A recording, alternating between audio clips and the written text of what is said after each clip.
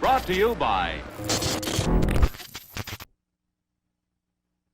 We have all done things that we are not proud of, but few of us have done things that we can't forget. There are some courses of action that we choose to take that come with some haunting repercussions. They follow us wherever we go, waiting for their chance to exact so much deserved revenge.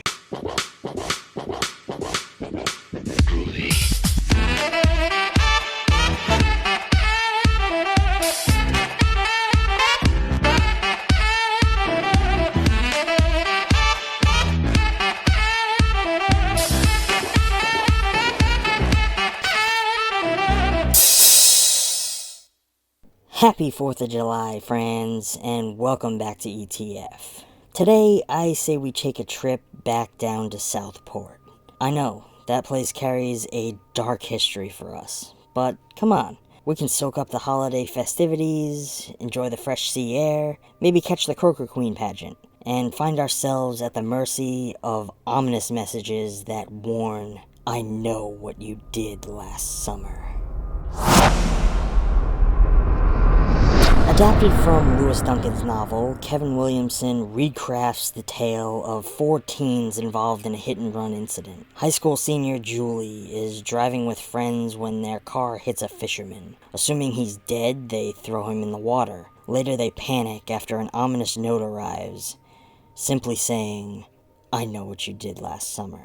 Following the success of Scream, the studios were chomping at the bit for more. So they fast-tracked a number of Williamson's screenplays into production as quickly as humanly possible. This one came out only a year later, and brings together another star-studded cast of familiar faces whom we have all come to know, including Jennifer Love Hewitt as our titular final girl Julie James, Sarah Michelle Gellar of Buffy fame, teen heartthrob Freddie Prinze Jr., Ryan Phillippe, Johnny Galecki, Bridget Wilson, and even Anne Heche. In the wake of Scream, from what I hear, everyone wanted to be cast in a film written by Kevin Williamson, so I imagine it wasn't difficult to get their pick of the masses. While the performances here are fairly basic by the standards of horror, when combined with the wit of Williamson's writing, the characters are given far more room to incorporate a substantial amount of nuance into their characters. This film plays, or rather preys, on the classic tropes and repercussions of drinking and driving in relation to irresponsible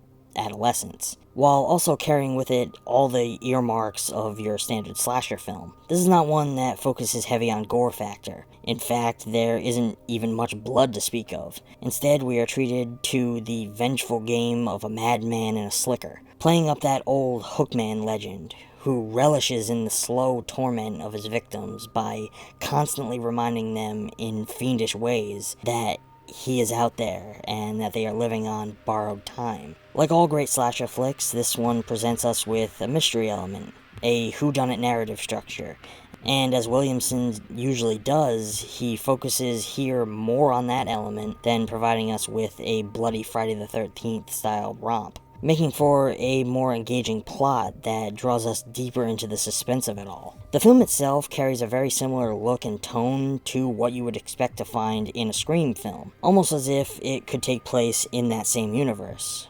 or like it was purposely designed to cash in on the success. It does a good job with portraying the tension that lingers between its characters, who all share a dark secret between them. Each of them carries the guilt of their mistakes like an anchor that has weighed them down to this town, Julie being the only exception, as someone who found the strength to run away from this place and try to continue on. Yet even she is burdened by her guilt for ultimately going along with it. During its more intense chase sequences, it builds tension at strong, gradual paces, enhanced by a powerful, melodic score that uses bombastic, orchestral sections to distinguish itself from other films of its kind. These choices help give the film its own unique voice. For me, there is one glaring issue with the climax, however. When Julie finds herself trapped on the boat, only a few dozen yards from the docks, Ray rushing towards her, why does she not just jump overboard and swim back? It would have taken the fisherman a while to turn that boat around, so I'm pretty sure she could have made it.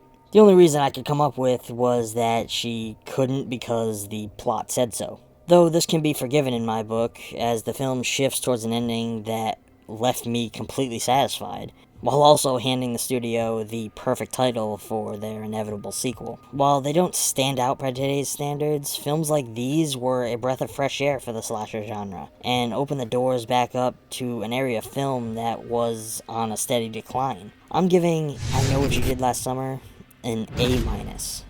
For me, this one took the tropes of a long-standing legend and brought its own unique setting and ideas to it, crafting a story that was somehow both original yet very familiar. If you avoided this one because it didn't seem like your thing, or maybe it came before your time, I definitely recommend going back and checking it out. If you can see the fun in the 90s era of horror, then you will find a good time within these frames. This episode of ETF is brought to you by Skillshare. Skillshare is an online learning community that offers opportunities to discover, learn, and teach from anywhere. With thousands of free classes for your career, passions, and everything in between, Skillshare empowers people to advance their careers, improve their lives, and pursue the work they love. And using our link down in the description, you can begin enhancing your skills with 2 free months of unlimited classes. Discover the future you have always wanted with Skillshare.